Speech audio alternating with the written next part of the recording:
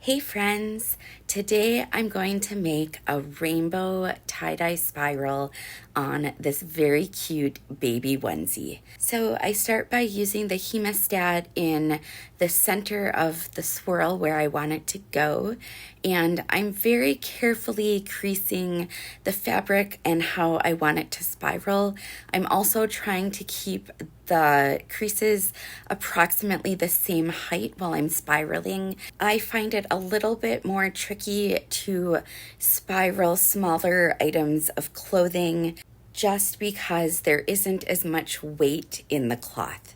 Then I try to hold it tight while I put a rubber band around the outside of the spiral. You don't want the rubber band to be too tight, but you do want it to be tight enough to hold the spiral in place. If the rubber band is too tight, it can actually destroy the swirl and make it really difficult to work with. Then I clean up the edges and make sure all those nice little creases are tucked in, and I remove the hemostat. I've got the onesie elevated on a cooling rack above a tub, and I'm going to measure it with a silicone cake mold just to make sure that it will fit. And then I go in with my Procyon dye. Now, you should be wearing a mask when working with Procyon dye because you don't want this to get into your lungs. I'm going to do the best I can to make triangle areas with each color of the dye. It can be a little bit tricky. It took me about a year to really be able to do this well because the powder does have a mind of its own.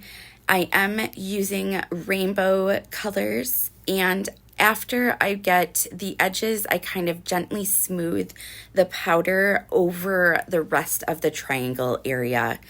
Also, I use a ton of yellow when I do spirals because it is the lightest color and it very easily gets eaten up by the other colors. So I always make sure that there's a good thick layer of the yellow on there. Then I go in with the next color, and I don't know if you can notice, but when I get to each color, I'm actually rotating the tub.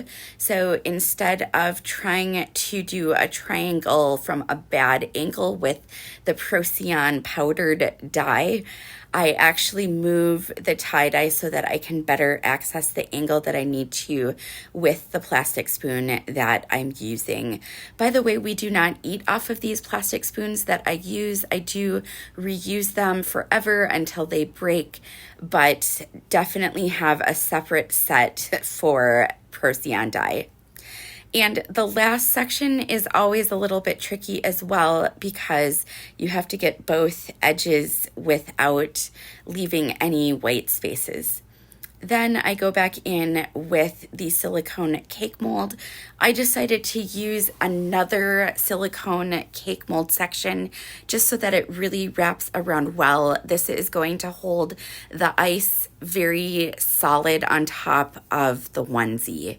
Then I gently place cubes of ice over the areas, being very careful to not disturb the powdered dye triangles that are on top of the onesie. Once I get the first layer, I go in and I really pile on the ice. We want to make sure that there's enough liquid that will be melting and pulling the dye through the entire onesie to the bottom. I also check for holes because those areas tend to not get very much dye. Then I'll sprinkle on some soda ash. Soda ash is really important. Soda ash keeps the pH where we want it so that the dye will stick to the fibers in the shirt. I let it sit undisturbed for 24 hours and let the ice melt, and then I rinse it in cold water until the water runs clear.